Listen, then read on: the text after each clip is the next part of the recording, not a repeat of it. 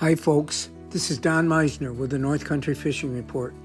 You know, this morning I was thinking, okay, I'm going to call my buddy Dave and see if he's got any new insights into his fishing experiences that I could pass on to you. And he said, yesterday the conditions were so beautiful down here. Dave lives on Cayuga Lake, and he said, I just wanted to get out. He said, I knew it was probably too bright and too calm, and it wasn't the right type of thing for good fishing, but he said, I wanted to take my kayak and fish the canal that runs between Cayuga Lake and Seneca Lake. And so he said he did this. And how does this relate to all of you listening here? We're not down on Cayuga Lake, but fishing is fishing. And I thought this experience would be a good thing to share with you. He said he originally started using frogs on the surface because he loves this surface type of fishing. And he said he was fishing in the middle of the canal with the strong weed edges coming out from both sides. And he said he had a few fish that responded, but really nothing much. And he got down to this area where there was like a canal coming into the canal, some kind of feeder stream coming in. And he said it's actually wider than the little river in Canton is. So he said he decided to go up that, and he decided to put on a plastic worm, fish Texas style.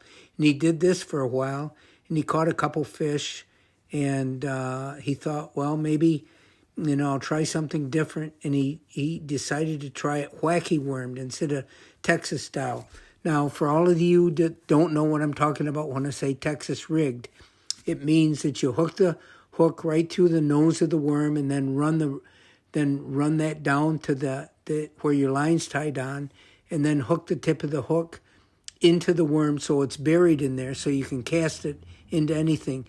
And the worm has to lie straight. You don't want it curved or curled.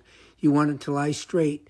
And that's probably the most popular way of fishing plastic worms for largemouth bass.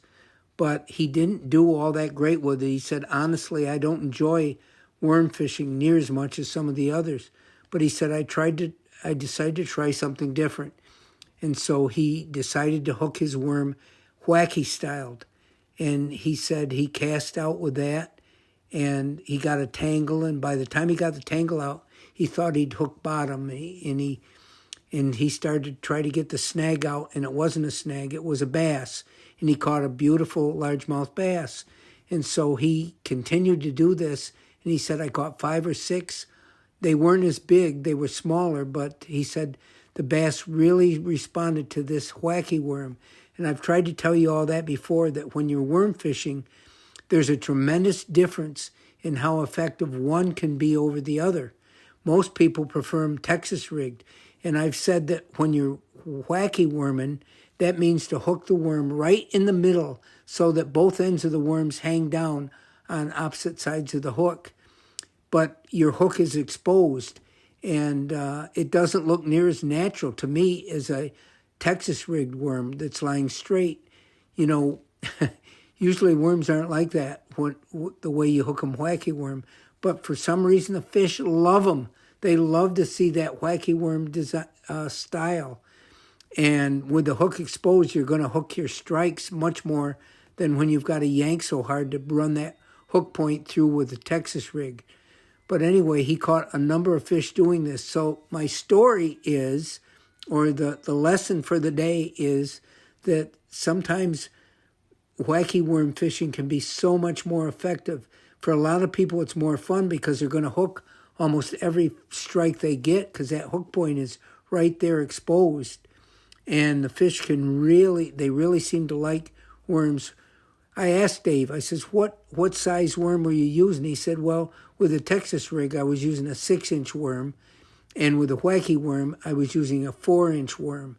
So that's a smaller bait. Now, maybe that has something to do with the preference the fish had. And I asked him, I said, Dave, what color I'm not so sure color was the big difference here. He said, I don't know how to describe it. It was sort of black and purple and grayish. So it was a dark colored worm that he was using. So story one is that wacky worm fishing sometimes can be the secret to success. And there's another part of this story I wanted to share with you. He says, the water was really clear. And I started just looking down through the water more, rather than fishing. And he said, I could see a number of 10 to 12-inch bass.